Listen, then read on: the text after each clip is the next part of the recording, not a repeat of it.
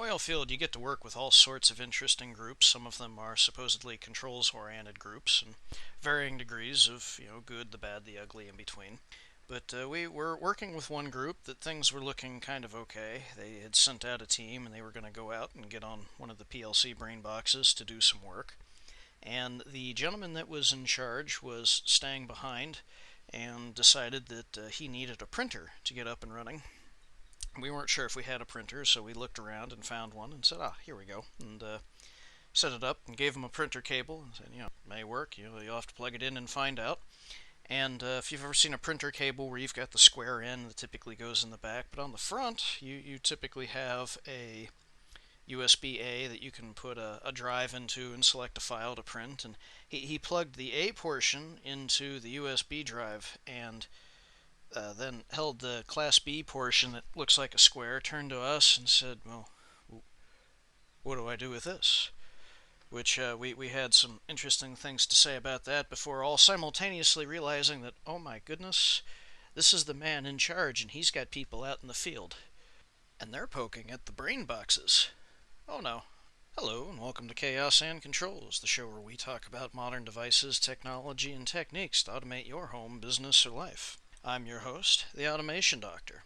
Today I thought we could go ahead and talk a little bit about the different kinds of controllers that are on the markets with a handful of examples of what you might use in various types of situations. So, without further ado, let's talk about modern PLCs. Now, if you're doing any kind of industrial controls in particular, you're going to find two names that come up time and time again. Those are going to be Allen Bradley and Siemens Group. If you're in the United States, you are very likely to come across Allen Bradley controllers versus in Europe, you're much more likely to see things out of the Siemens Group, but you'll see a little bit of both on pretty much anywhere that you're at. Both are excellent, they have their pros and cons, we can talk about those at a later date, but they're hardly the only game in town. If you look around, you will find controllers from Schneider Electronics. You'll find them from Modicon, which may or may not still be actively producing controllers. Even groups like Honeywell have certain general purpose controllers out on the market, or specialized controllers that may be out on the market. There is no shortage of industrial and commercial control systems that are available. What is becoming a little more common now is you're going to start finding controllers that are not necessarily for heavy industrial environments, but that could still benefit from a little bit of automation. Allen Bradley, for instance, now has a Micrologix series that's not to be confused with the old Micrologix series. But the 800 series from Allen Bradley is an excellent general purpose controller for light industrial or even home automation. I myself am a big fan of the Productivity series that you can find on Automation Direct, which is a lovely website, and we will get to that at a later date. You can also find something as simple as an Arduino that is at its core kind of like a PLC. A few nuanced differences, and we'll talk about those on the show as well, I'm sure. And so there's no shortage on any side now of platforms that you can utilize to automate systems.